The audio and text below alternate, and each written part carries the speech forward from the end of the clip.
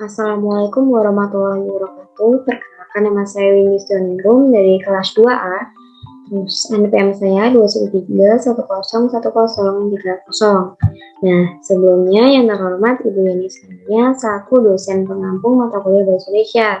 Di sini saya akan membahas mengenai materi pengaruh digitalisasi terhadap bisnis model. Untuk materi yang saya bahas adalah mengenai yang pertama, pengertian dari bisnis digital. Yang kedua, perkembangan bisnis digital. Yang ketiga, transformasi bisnis digital. Yang keempat, keunggulan bisnis digital. Yang kelima, cara mengelola sumber daya manusia dalam bisnis digital. Yang keenam, peran teknologi digital dalam meningkatkan daya saing. Yang terakhir, kunci keberhasilan usaha di era digital. Nah, sebelum memasuki isinya, kita akan membahas latar belakang terlebih dahulu. Karena selama 10 tahun terakhir ini, perkembangan ekonomi dunia itu sangat dipengaruhi oleh kemajuan teknologi informasi, karena teknologi informasi itu sangat cepat dan dinamis. Nah, dari digitalisasi teknologi itu sendiri sudah diterapkan di berbagai bidang, karena telah terdapat beragam bentuk kegiatan dalam kehidupan sehari-hari, baik di lingkungan bisnis, pemerintah, hingga kehidupan sosial dalam masyarakat. Nah, wirausaha pun sudah didorong untuk mengubah berbagai praktik dalam usahanya karena agar tetap dapat berjalan di era digital ini. Terus karena sudah meluasnya digitalisasi di berbagai lapisan masyarakat, itu telah mendorong munculnya banyak jenis usaha baru berbasis digital. Seperti yang kita tahu bahwa bentuk pengelolaan usaha di Indonesia itu sendiri telah didominasi oleh teknologi berbasis digital karena telah terjadi pergeseran dari bisnis offline ke bisnis online. Nah, pelaku usaha itu sendiri sudah dituntut untuk jeli dalam memadukan keduanya, karena itu upaya dalam memasarkan produk mereka. Terus banyak wirausaha Indonesia juga yang telah sukses dalam mendirikan bisnis itu sendiri, karena sering disebut startup atau usaha rintisan. Nah, usaha berbasis digital ini mayoritas dijalankan secara online karena dinilai lebih ekonomis baik dari segi waktu dan modal yang dikeluarkan. Terus, para penjual dan pembeli itu tidak menunggu lama dalam melakukan transaksi karena semuanya dapat diakses melalui jaringan internet dan situs-situs lainnya. Terus, pada prinsipnya itu sendiri, peran teknologi dalam usaha di era digital ini adalah sebagai alat untuk mempermudah proses. Terus, dalam memasuki era digital ini, pertumbuhan startup di Indonesia itu hampir tidak dapat dibendung. Rata-rata usaha itu didirikan oleh generasi muda yang milenial. Terus mereka itu memanfaatkan media sosial sebagai pusat pemasaran. Karena banyaknya kaum muda Indonesia yang menggunakan medsos, itu malah membuka lowongan yang luas atau peluang yang luas. Nah, perkembangan jenis usaha ini itu membuat potensi usaha digital sendiri sangat menjanjikan. Nah, hal ini terlihat dari bagaimana perkembangan bisnis itu sendiri tumbuh pesat dalam 5 tahun terakhir. Terus perkembangan ekonomi bisnis juga memiliki berbagai tempat bagi dunia kreatif berbasis digital dengan munculnya berbagai macam startup. Terus, teknologi digital itu mempunyai peran penting dalam dunia usaha, terutama di bidang pemasaran. Peranan teknologi dalam bidang pemasaran itu sendiri itu menunjang kegiatan-kegiatan yang saling berhubungan, dan itu ditujukan untuk merencanakan, menentukan harga, mempromosikan, serta mendistribusikan barang dan jasa kepada para pembeli. Nah, selain itu, di bidang pemasaran itu sendiri, teknologi juga berperan dalam rangka pengelolaan jaringan, terus sistem tagihan, persediaan, dan berbagai aplikasi lain yang terkait dengan kegiatan operasi serta sistem keuangan, personalia, dan beragam aplikasi lain yang terkait dengan manajemen. Nah, intinya itu teknologi informasi itu berperan penting dalam menentukan daya saing dan kemampuan perusahaan untuk meningkatkan kinerja bisnis di masa yang akan datang. Nah, materi selanjutnya kita akan membahas mengenai pengertian dari bisnis digital itu sendiri. Nah, Digital bisnis atau disebut juga bisnis digital itu adalah bisnis tercanggih saat ini yang diperkirakan terus berkembang setiap tahun dan semakin lama itu akan meningkat. Bisnis digital ini sudah seperti bisnis online. Jadi bisnis digital ini adalah bisnis real yang menggunakan media internet. Bisnis ini menggunakan teknologi sebagai keunggulan dalam operasi internal dan eksternal. Dalam teknologi informasi ini telah mengubah antara infrastruktur dan operasi bisnis sejak internet menjadi tersedia secara luas untuk bisnis dan individu. Terus, transformasi ini tuh telah mengubah cara bisnis dalam melakukan operasi sehari-hari. Nah, karena ini telah memaksimalkan manfaat, itu nanti malah membuat inisiatif yang berfokus pada teknologi. Nah, transformasi digital ini malah berdampak besar pada bisnis, yaitu mempercepat kegiatan dari proses bisnis itu membuatkan peluang dengan cara yang strategis. Di ekonomi digital ini sendiri adalah digital disruption, artinya memicu terjadinya digital business model. Istilahnya, digital disruption ini menunjukkan terjadinya model bisnis baru ketika teknologi digital mempengaruhi perubahan nilai dari transaksi bisnis. Digital disruption misalnya dialami oleh Gojek dengan mengubah nilai dan cara berbisnis ojek tradisional lewat interkoneksi jaringan internet. Terus kemudian pengemudi ojek dapat bekerja dengan lebih produktif karena dapat memperoleh order pelanggan yang paling dekat dengan lokasinya. Dengan jumlah order yang meningkat, nanti malah pengemudi dengan jumlah order yang meningkat, itu nanti malah membuat pengemudi dapat meningkatkan bahkan mendobelkan pendapatannya. Beberapa digital business model ini muncul di ekonomi Beberapa digital business models muncul di ekonomi digital. Open markets merupakan transaksi digital terbuka untuk semua orang secara langsung dalam bentuk peer-to-peer. Pendapatan diperoleh dari upah yang diterima. Contohnya adalah auction seperti eBay, aggregation. Terus aggregation itu sendiri merupakan retailer yang mengumpulkan beberapa produser dan menawarkan produknya kepada pelanggan. Pendapatan yang diperoleh dari iklan itu sendiri adalah contohnya toko online Lazada, Zalora, dan Bineka. Terus portal itu menawarkan jasa dan pencarian konten. Terus selain konten itu ada berita, email, chat, dan lainnya. Terus kemudian kita akan membahas tentang materi perkembangan bisnis digital. Zaman sekarang itu atau yang juga akrab disapa sebagai zaman now, hampir semua barang maupun jasa dapat dibeli melalui jalur online. Beberapa memilih untuk ikut membuat versi online dari bisnis yang sudah berjalan atau memfasilitasi konsumen dengan berlaku sebagai pick-up spot untuk mengambil barang dari transaksi online. Pedagang tradisional berlomba-lomba mengadopsi teknologi terbaru dalam upaya transformasi menjadi omnichannel retailer. Untuk menjadi omnichannel retail yang baik, korelasi yang selaras antara satu channel dan lainnya itu sangatlah penting. Misalnya, pelanggan login ke situs online untuk melakukan survei sebelum menentukan barang yang ingin dibeli, melakukan transaksi pada aplikasi mobile, dan datang ke outlet untuk membeli barang yang dipesannya melalui aplikasi di smartphone. Dengan ini, retailer hadir dalam berbagai channel yang sudah menjadi bagian dari kehidupan sehari-hari, yaitu kehidupan yang bersinggungan erat dengan keberadaan sosial media, internet, dan juga smartphone. Terus kemudian di era di mana pelanggan dapat memesan hampir semua makanan yang mereka inginkan melalui aplikasi itu tadi, pengusaha kafe dan restoran mungkin dapat mempertimbangkan untuk membuat layanan pesan untuk beberapa menu yang ada, atau dengan memungkinkan pemesanan online sehingga pelanggan dapat dengan mudah mengambil pesanan yang sudah mereka pesan pada saat pulang dari kantor. Terus layanan seperti ini itu tentu saja akan memberikan nilai lebih kepada pelanggan kafe atau restoran tersebut, terutama dari segi waktu.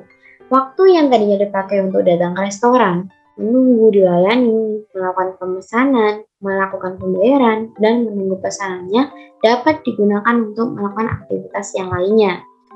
Di Indonesia sendiri, salah satu strategi yang dilakukan oleh pemerintah itu adalah meningkatkan komersialisasi teknologi yang tepat dengan cara kolaborasi antara industri, pemerintah, dan akademisi mulai gencar dilakukan, membuka peluang investasi, kolaborasi melakukan riset di institusi pendidikan.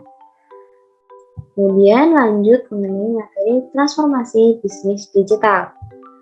Nah, selama 10 tahun terakhir ini, perkembangan ekonomi dunia itu sangat dipengaruhi oleh kemajuan teknologi informasi. Karena teknologi informasi ini sangat cepat dan digital sendiri telah diterapkan. Dalam melakukan informasi ini, teknologi digital tidaklah mudah. Hal-hal yang menjadi kendala dalam penerapan transformasi itu sendiri adalah dengan faktor manusia, karena kurangnya sumber daya yang memadai.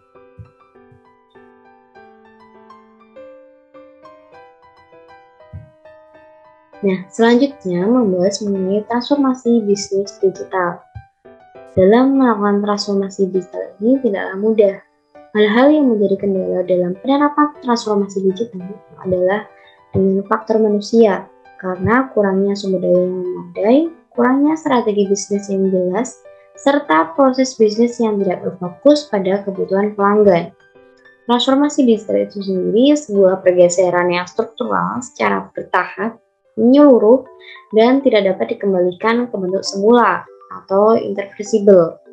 Nah, transformasi digital ini ditandai dengan adanya perkembangan jaringan yang luas, pergeseran cara komunikasi, serta perubahan gaya hidup masyarakat. Teknologi informasi ini mempunyai peranan penting dalam mewujudkan transformasi digital. Adanya transformasi digital ini mengakibatkan operasi bisnis itu lebih efisien, memberikan peluang bisnis yang baru, sehingga itu menghasilkan keuntungan yang lebih besar bagi usaha produk dan jasa di Indonesia. Terus, transformasi digital ini perlu adanya sinergi atau melakukan kerjasama antar universitas, lembaga riset, usaha swasta, profesional, dan masyarakat. Sinergi sangat diperlukan untuk pendukung dalam kegiatan transformasi digital di Indonesia. Salah satu program pemerintah Republik Indonesia adalah melalui Pelapering atau Jaringan Serat Optik Nasional dan peluncuran satelit untuk memenuhi kebutuhan internet cepat di seluruh daerah di Indonesia. Terus kemudian kita akan membahas mengenai keunggulan bisnis digital. Itu pastinya memiliki keunggulan yang banyak. Yang pertama, multi bisnis. Perkembangan teknologi internet itu memiliki peran penting dalam dunia bisnis. Bisnis digital itu sendiri terus berkembang untuk memenuhi kebutuhan pasar dan menciptakan berbagai jenis produk dan jasa yang dibutuhkan oleh konsumen. Yang kedua, pasar tanpa batas, yaitu membangun bisnis digital yang dijalankan secara online. Angka pasarnya tentu akan lebih luas. Pasar tanpa batas, tanpa batasan waktu, konsumen tanpa apapun itu bisa dilakukan dimanapun selama ada jaringan internet. Terus yang ketiga, bisnis digital yaitu jangka panjang. Jadi pengguna internet di Indonesia itu terus meningkat. Peluang meraih potensi besar untuk bisnis digital. Nah, bisnis digital ini juga merupakan upaya untuk membangun identitas online yang bertujuan untuk jangka panjang. Nah, yang keempat, yaitu memberikan kenyamanan kepada pelanggan. Bisnis digital itu mampu memberikan solusi untuk mengatasi permasalahan ketidaknyamanan, kepuasan pelayanan, rendahnya respon pasar, kesibukan menjalankan rutinitas, sedikitnya pergi ke suatu tempat untuk membeli sesuatu. Maka bisnis digital ini menawarkan kenyamanan yang lebih kepada pelanggan. Nah, bisnis digital ini menawarkan belanja online seperti e-commerce, marketplace, dan lain sebagainya. Dan itu bisa dilakukan dimanapun dan kapanpun tanpa harus pergi ke toko. Nah, yang terakhir yaitu potensi penghasilan tanpa batas. Bagi pembisnis, bisnis digital ini yang dipasarkan secara online memiliki potensi penghasilan tanpa batas. Konsumen setiap saat bisa mengakses bisnis yang ditawarkan. Jumlah konsumen tanpa batas, terus nominal dan jumlahnya itu tersedia tanpa toko atau gudang. Jadi bisnis online itu memiliki toko atau berada dimanapun di seluruh penjuru dunia, sehingga omset penghasilan bisnis digital tanpa batas dan akan semakin berlipat ganda. Terus kemudian kita akan membahas cara memulai bisnis digital. Memulai suatu bisnis digital itu harus mengetahui peluang terhadap berbisnis. Membangun bisnis itu tidaklah mudah. Banyak bisnis digital gulung tikar atau diakuisisi oleh pebisnis digital lainnya. Terus membangun bisnis di era digital ini memiliki tantangan yang memerlukan kejelian dan kemampuan tersendiri. Bisnis digital ini dimulai dengan benar, proses selanjutnya akan lebih mudah dan akan mencapai hasil yang terbaik. Bisnis digital ini memanfaatkan kemajuan teknologi untuk menciptakan peluang dan solusi bisnis. Nah, di sini ada nih langkah-langkah efektif sebelum memulai bisnis, yaitu cara-cara yang pertama itu ide. Ide bisnis itu merupakan titik awal mulai dari usaha digital. Karena ide bisnis yang kreatif, inovatif, itu memiliki keunikan yang berbeda dari ide yang diproses untuk direalisasikan dalam bentuk perencanaan bisnis. Namun, sebelum mewujudkan ide tersebut, perlu melakukan analisa permasalahan, kayak menemukan dampaknya kepada pengguna atau lingkungan, dan mengkomunikasikan solusinya. Ide bisnis ini ditawarkan ke target sebagai bentuk untuk menyelesaikan permasalahan yang ada. Nah, itu nanti ide tersebut akan layak untuk direalisasikan atau tidak. Tersebut itu menjadi pertimbangan untuk mulai suatu bisnis digital. Terus yang kedua itu ada optimalisasi bisnis plan. Setelah tadi mendapatkan ide, kini saatnya menjabarkan tujuan dalam sebuah rencana bisnis yang terdiri dari beberapa tahap dan dikerjakan selama beberapa waktu ke depan. Terus berusaha mengerjakan daftar rencana sesuai waktu yang telah ditetapkan. Karena strategi yang sederhana dan dilakukan dengan target pasar yang tepat, itu nanti hasilnya akan jauh lebih untuk membuat bisnis digital yang sukses. Yang ketiga, ada keterbaruan riset, yaitu melakukan pengambilan keputusan bentuk atau model bisnis digital yang telah direalisasikan. Setidaknya melakukan riset pasar itu malah menentukan target konsumen, potensi pengguna bisnis yang akan direalisasikan, dan memutuskan menggunakan media digital yang tepat. Terus yang keempat itu berwawasan teknologi internet, yaitu entrepreneurship itu berpikir dan bertindak untuk berorientasi pada teknologi dan sistem informasi. Bagi pemula maupun pebisnis, yaitu sudah kuat sekalipun harus memiliki wawasan yang luas mengenai teknologi informasi. Yang kelima itu ada originalitas, di mana pasti akan memiliki tingkat persaingan yang sangat ketat sehingga membutuhkan keaslian produk atau bisnis. Untuk mampu bersaing dan bertahan, pembisnis digital harus memiliki produk yang orisinal. Keaslian ide, terus produk dan jasa menjadi poin khusus untuk bertahan dalam bisnis. Originalitas ini bisa dari pemikiran yang unik dan bermanfaat lebih bagi konsumen. Nah, yang terakhir itu ada konsistensi. Kunci dari kesuksesan bisnis itu adalah konsisten. Konsistensi dalam proses bisnis digital ini sangat dibutuhkan, dimulai dengan persiapan, perencanaan yang tersusun dengan baik, dan nanti akan memiliki konsistensi dalam realisasinya. Terus kemudian kita akan membahas mengenai materi mengelola sumber daya manusia dalam bisnis digital. Nah, fungsi dari manajemen sumber daya manusia ini adalah mengalami perkembangan dari waktu ke waktu melalui pendekatan klasik manajemen personalia yang dicirikan dengan pendekatan fisik, terus mekanisme nasional dalam pengelolaan sumber daya manusia dalam organisasi. Nah, itu berguna meningkatkan efisiensi dan produktivitas kerja dalam seperti sesuai dengan persyaratan tugas pada setiap pekerjaan. Nah, pada perkembangan selanjutnya itu di era ekonomi. Nah, fungsi manajemen sumber daya manusia semakin strategis, masuk pada era sistematik di mana penekanan diberikan pentingnya manusia di dalam organisasi sebagai kapital atau aset yang memiliki nilai ekonomi bagi organisasi. Nah, untuk mencapai hal tersebut itu dengan pengelolaan human capital. karena itu penting untuk memenuhi asumsi keselarasan baik antar berbagai kebijakan atau praktik pengelolaan sumber daya manusia. Terus kemudian, bisnis digital ini juga dapat berubah untuk menerapkan solusi perekrutan elektronik. Nah, itu tidak hanya menarik bakat luar, tapi untuk mengolah bakat secara internal. Terus, kebutuhan pelajaran yang mempunyai pengembangan keterampilan SDM itu dapat dilakukan dengan e-learning yang terintegrasi dengan hasil penilaian kerja, persyaratan kinerja, aspirasi karir, dan lain sebagainya. Terus kemudian kita akan membahas materi mengenai peran teknologi digital dalam meningkatkan daya saing. Jadi, teknologi bukan hanya sebagai alat, tapi juga digunakan sebagai daya saing suatu bangsa. Daya saing bukan lagi ditentukan oleh sumber daya alam, tapi bagaimana suatu bangsa itu berinovasi teknologi.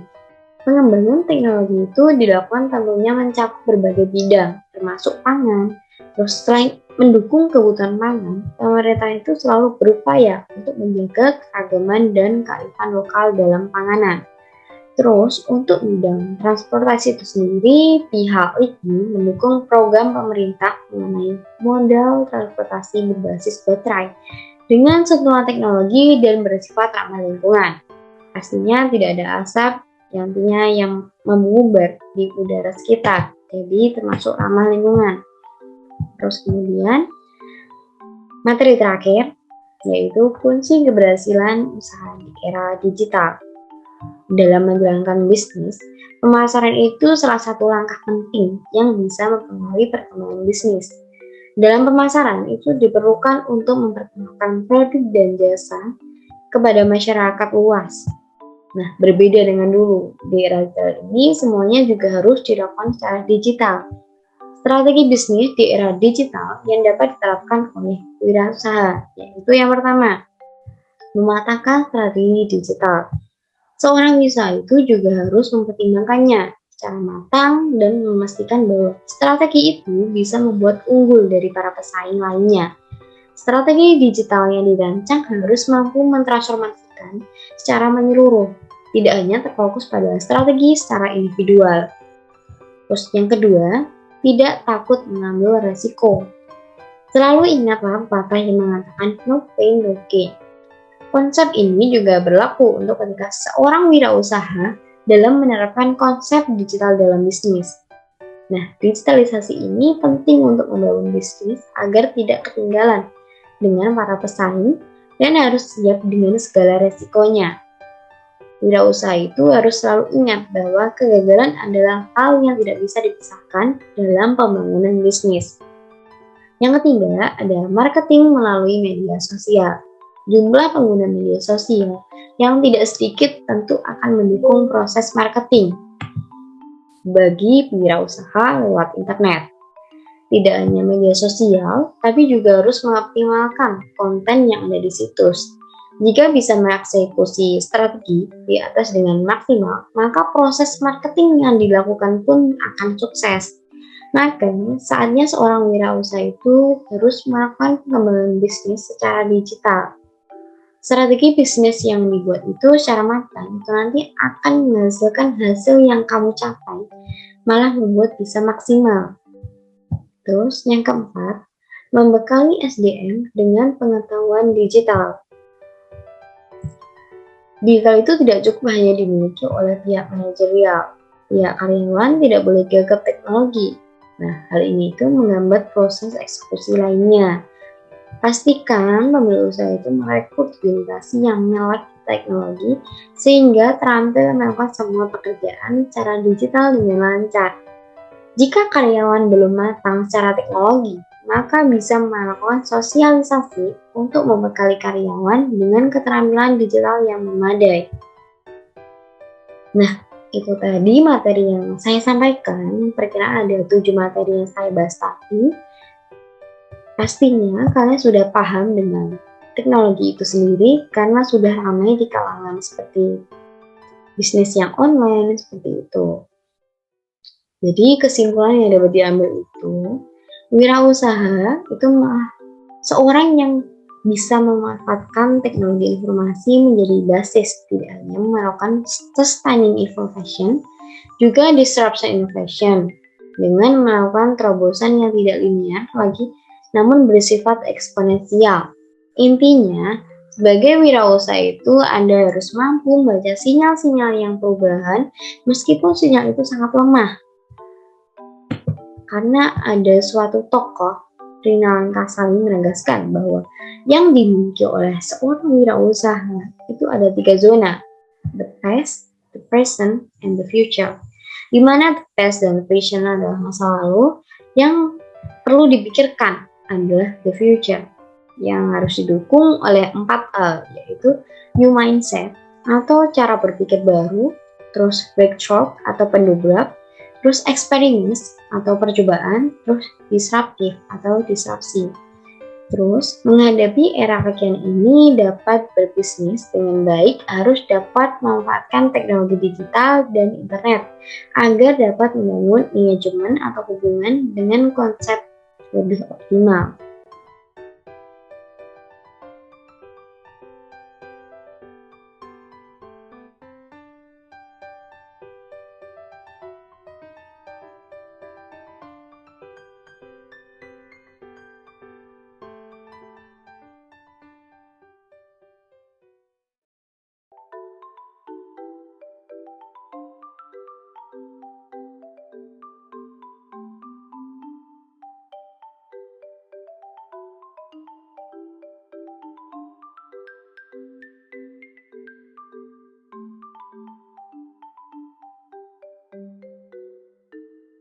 Nah, sekian materi yang saya bahas tadi. Ada 7 materi tentang bisnis digital. Semoga kalian yang memperhatikan itu paham dengan materi yang saya sampaikan tadi, dan apabila ada salah kata, saya mohon maaf. Wassalamualaikum warahmatullahi wabarakatuh.